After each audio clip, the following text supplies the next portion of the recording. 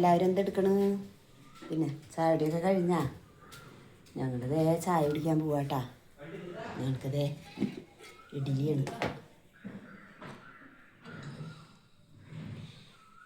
ഇഡ്ഡലിയും സാമ്പാർ, ചട്നി ഇതൊക്കെ ഇട്ട് ഞങ്ങളുടെ എന്താ ചായ.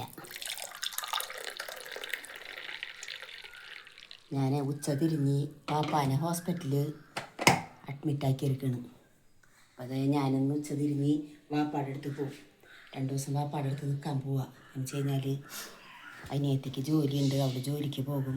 ഇന്ന് അവൾ ലീവാണ്. അവളുടെ മോനെ ഹോസ്പിറ്റലിൽ കൊണ്ടുപോകാനായിട്ടേ. അപ്പോൾ അവളുണ്ടെന്ന് വാപ്പാടെ അടുത്ത്. അപ്പം ഞാൻ ഇന്ന് വൈകിട്ട് പോകും.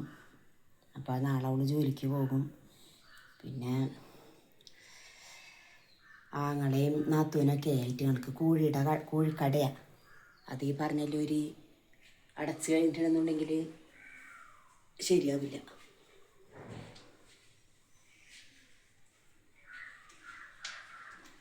അപ്പം അതുകൊണ്ട്